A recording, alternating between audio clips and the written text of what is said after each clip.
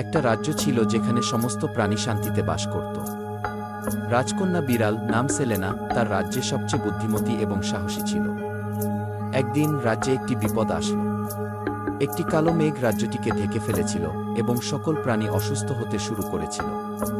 এক বৃদ্ধ জাদুকর রাজকন্যাকে জানালো, কেবলমাত্র একটি বিশেষ মণি, যেটি স্রষ্টার আশীর্বাদে তৈরি, রাজ্যকে বাঁচাতে পারে। সেলেনা সিদ্ধান্ত নিল সে মণিটি খুঁজে বের করবে। জঙ্গলে প্রবাহিত হয়ে সে পৌঁছালো এক গভীর গুহায়, যেখানে মণিটি লুকানো ছিল।